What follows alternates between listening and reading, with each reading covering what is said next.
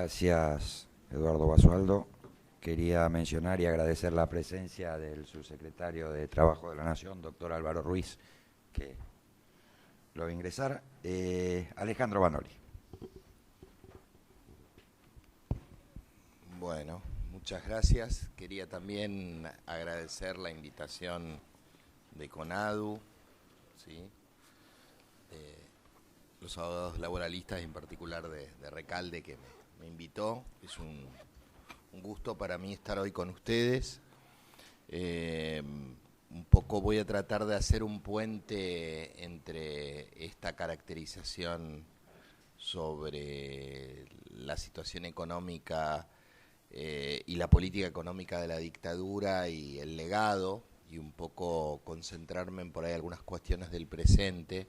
y que tienen que ver un poco con la temática de los derechos humanos y bueno, las restricciones, las condicionantes y las posibilidades. Quiero decirles que estamos, creo yo, digamos, respecto a saldar el pasado en lo que tiene que ver con lo que pasó en la dictadura,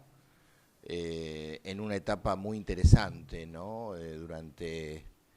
el día de hoy se puso a disposición pública en el Ministerio de Defensa todo el material que se encontró en el edificio Cóndor hace ya 4 meses. Nosotros desde la Comisión Nacional de Valores estuvimos colaborando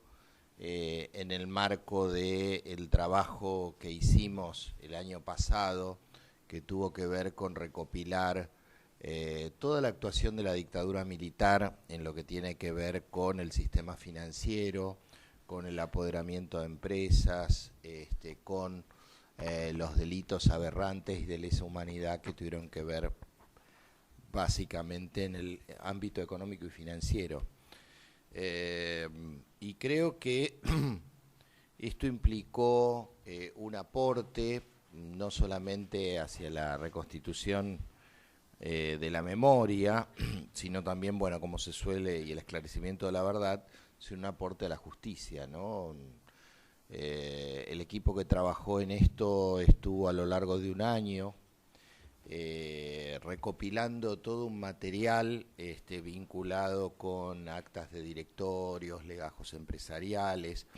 cuyo primer disparador fue toda la investigación que se hizo sobre papel prensa, que motivó, como ustedes saben, una comisión investigadora que derivó en una acción judicial iniciada en nombre del Estado Nacional por la Secretaría de Derechos Humanos y por la Procuración del Tesoro de la Nación. Pero esto obviamente con lo necesario y con todo lo que tiene que ver con la importancia que tienen, tanto en cuanto la importancia de los grupos mediáticos y de los grupos económicos que aún hoy condicionan y han condicionado en democracia las políticas económicas de los gobiernos democráticos,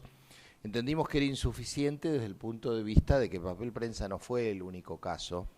donde se produjeron situaciones de crímenes de lesa humanidad, de persecución a empresarios, a trabajadores, y donde hubo una acción deliberada del Estado en ese momento en ese ámbito, sino que esto fue una práctica sistemática, ¿sí? A lo largo de los primeros juicios y a lo largo de las investigaciones posteriores se identificaron muchos casos, ¿sí? No solamente el de papel prensa, sino el de muchos casos, por ejemplo, el de Banco de Hurlingham, ¿no? El de Asindar, el de los hermanos Yacarino en Santiago del Estero, el de Industrias Metalúrgicas Grassi, el de Ledesma, por decir solo algunos, y que tienen que ver básicamente en lo que nos hemos centrado nosotros, que tiene que ver con las empresas que cotizan en bolsa. Por cierto, la investigación económica respecto al rol de la dictadura en esta época requiere, digamos, una investigación más profunda. El libro en el que ha cuentas pendientes, bueno, avanza, hizo un aporte en esta dirección. Quiero decir con estricto valor a la justicia también que Eduardo Basualdo ha colaborado muchísimo en nuestro informe, digamos, en la caracterización económica de la dictadura.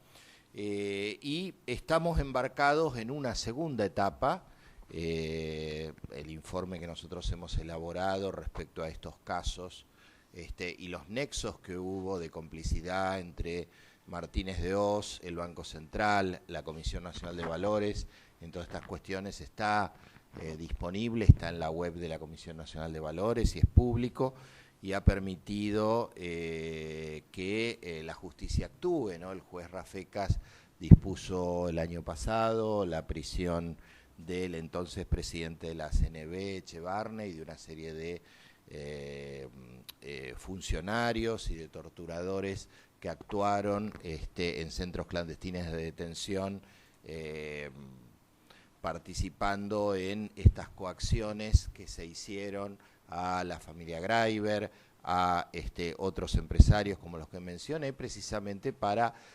apoderarse de empresas, para beneficiar, perjudicando, digamos, y coaccionando sobre los empresarios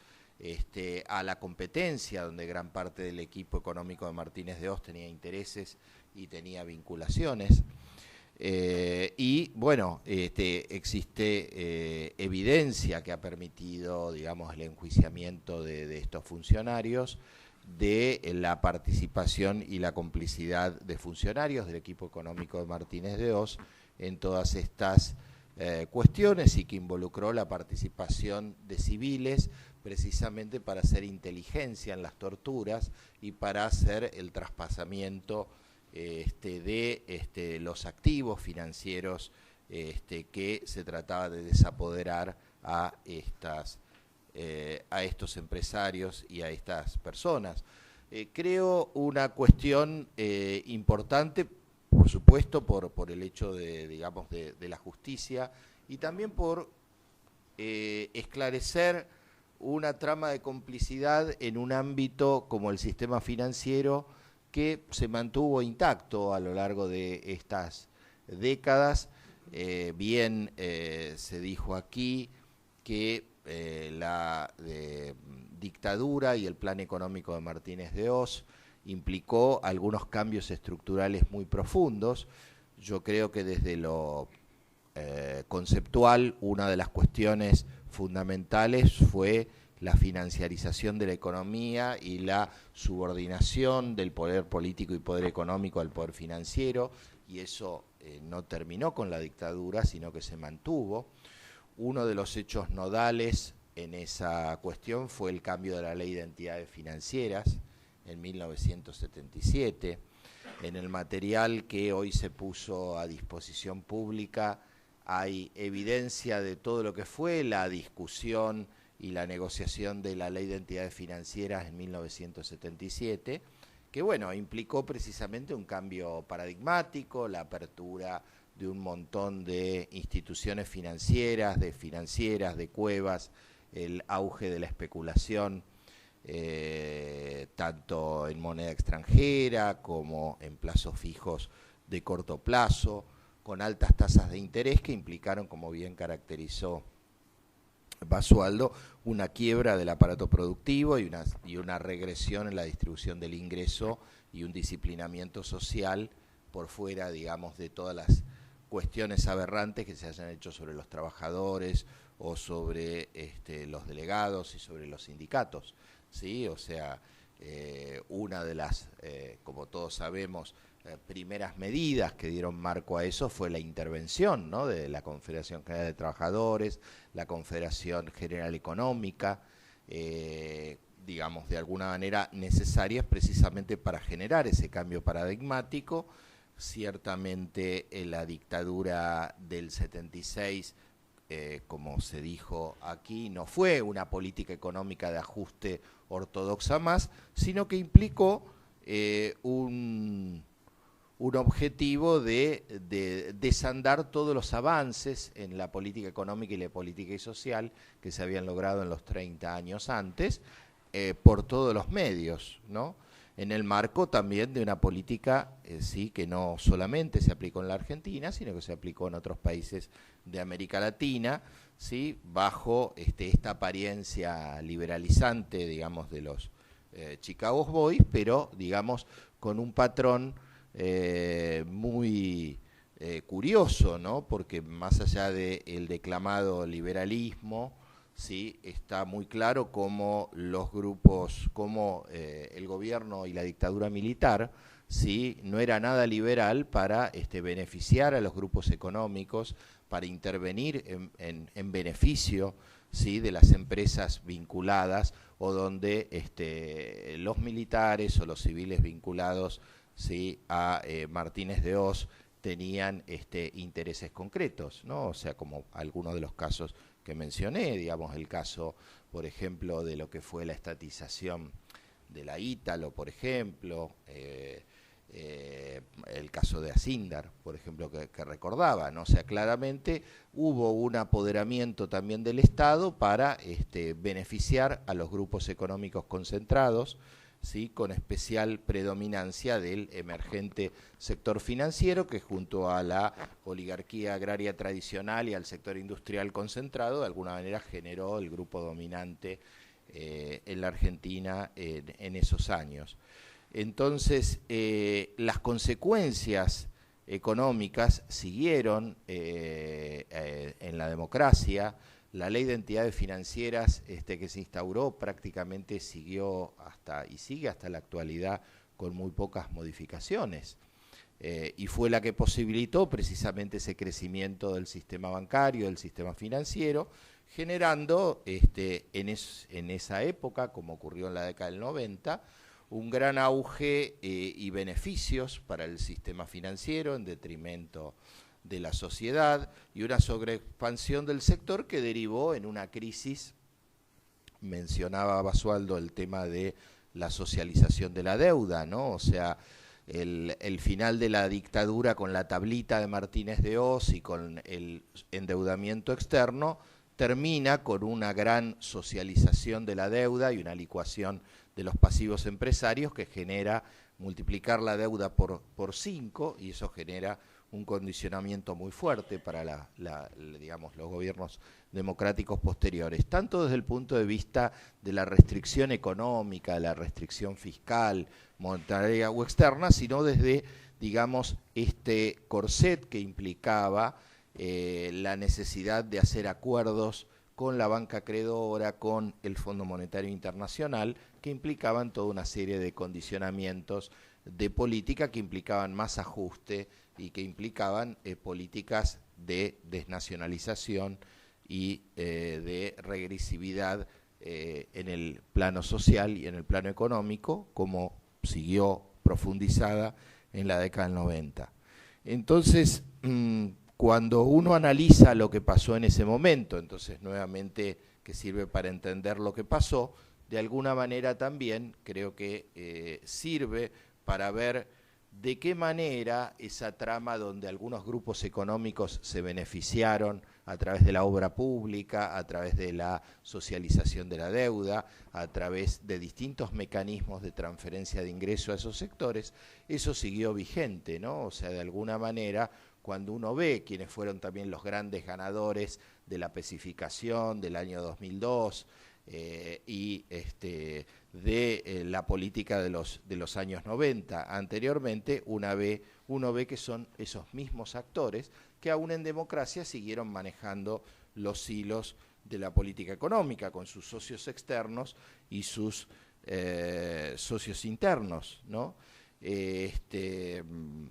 Recuerdo, o podemos recordar también cómo esto implicó también no solamente la desarticulación del poder del Estado. Aquí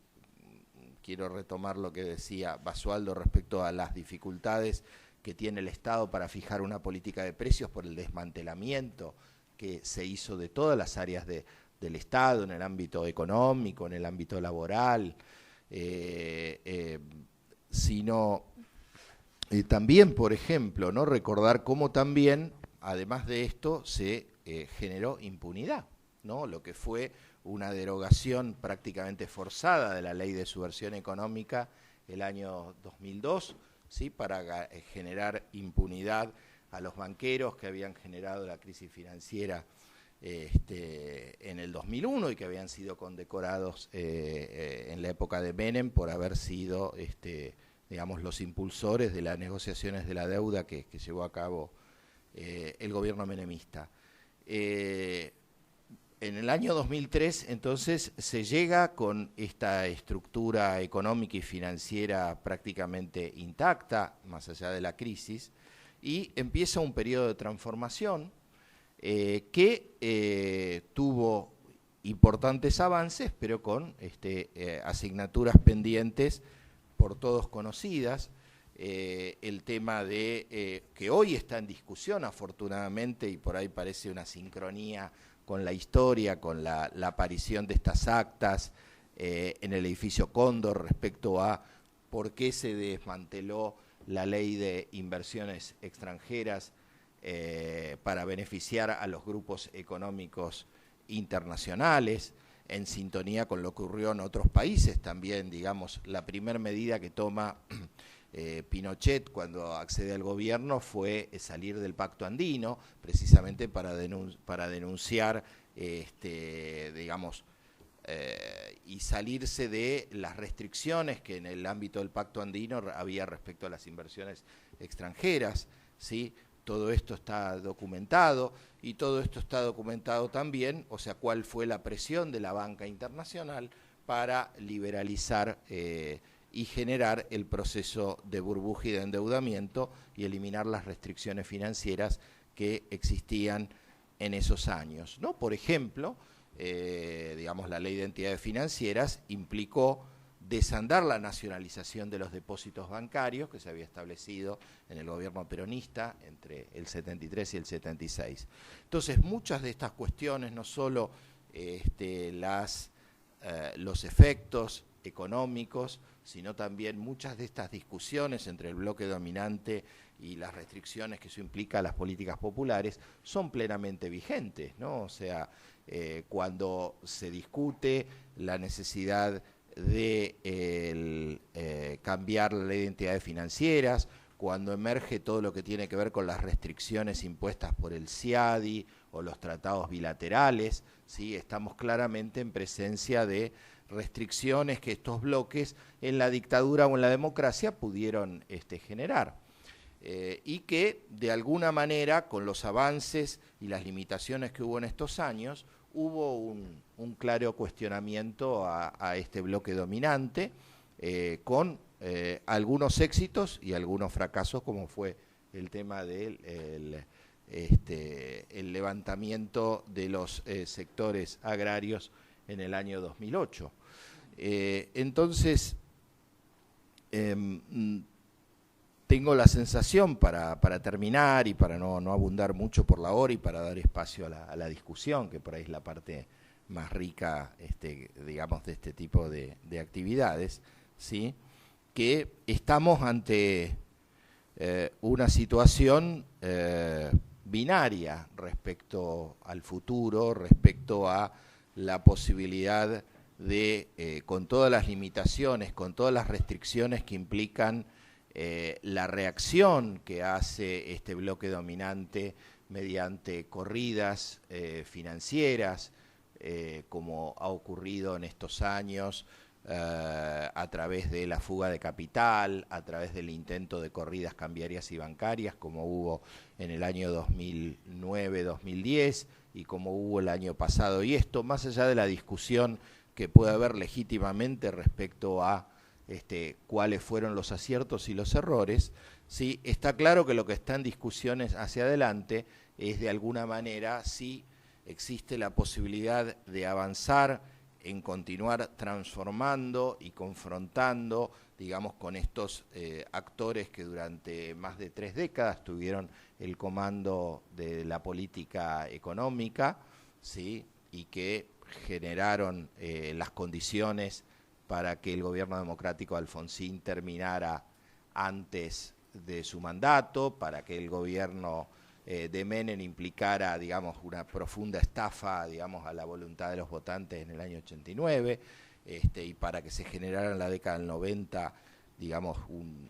una regresión neoliberal, ¿sí?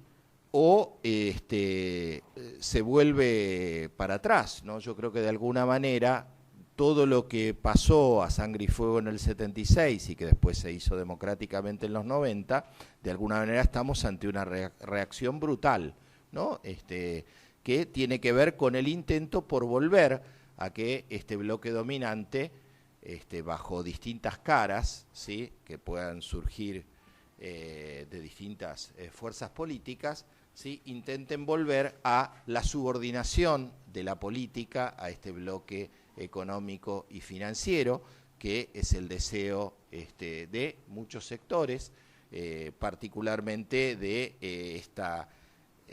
corporación mediática y financiera que ha dictado la política económica durante estos años. Entonces creo que de alguna manera estas cuestiones que tienen que ver aparentemente solo con el pasado, solo con violaciones a los derechos humanos y a cuestiones de política económica, creo que tienen que ver con un debate muy presente, muy vivo, que tiene que ver con esta situación. Hace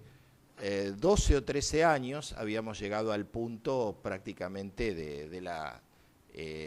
crisis más grave de la historia argentina, donde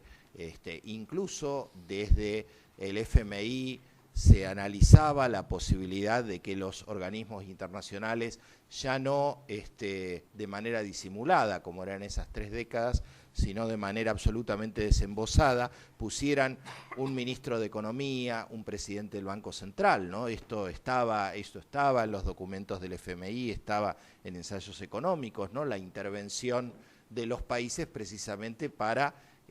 comandar sus economías, un poco lo que pasa hoy en Europa, ¿no? Donde la troika está del Banco Central Europeo, el FMI y la Unión Europea, está por encima de la soberanía de Portugal, de Grecia, y prácticamente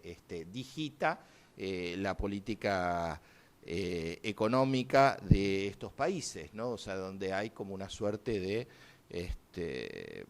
subordinación de la democracia en última instancia a los dictados de este poder económico y financiero, ¿no? Yo creo que precisamente lo que está en discusión a partir de todo lo que está ocurriendo y de estas corridas que intentan condicionar y volver a ese modelo tiene que ver con digamos, los ciclos trágicos históricos de nuestra historia, donde de un lado están, digamos, los que con aciertos y errores tienen una vocación nacional y popular y de profundización de un modelo distinto, y quienes con distintos rostros sí vuelven o intentan volver a esta regresión. Así que creo que este debate está abierto, que estas cuestiones del pasado están presentes y que bueno, nos motivan, me parece, estar muy alertas, muy militantes, muy comprometidos precisamente con evitar que la sociedad argentina, y yo diría particularmente una parte importante de los sectores medios y también algunos populares, no vuelvan a cometer los mismos errores que tan trágicamente nos han costado en nuestra historia, volviendo a comprar los cantos de sirena de los grandes sectores burgueses y oligárquicos que sí tienen muy claro qué pretenden y que de alguna manera intentan que a partir de 2015 todo vuelva para atrás. Muchas gracias.